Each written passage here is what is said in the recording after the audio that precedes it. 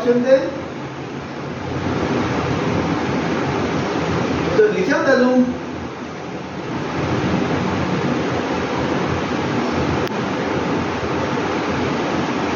चलो आ जाओ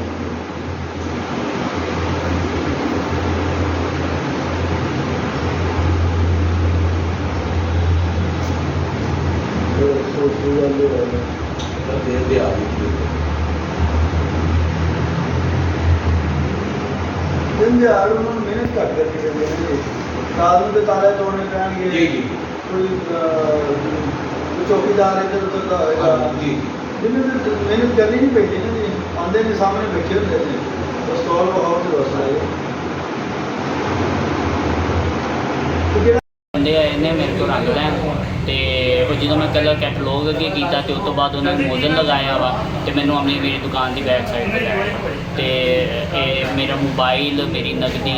तो मैनू तशद्दुद का निशाना भी बनाया तो मैनू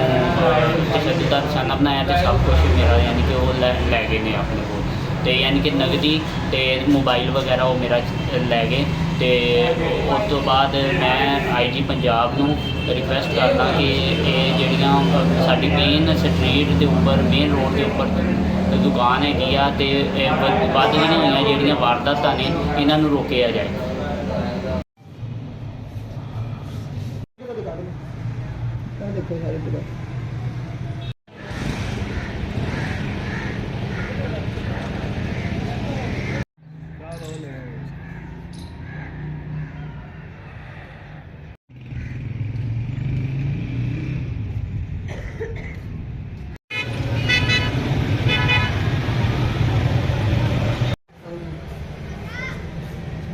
मेरे को CCTV फुटेज हैगी मेरी बाइक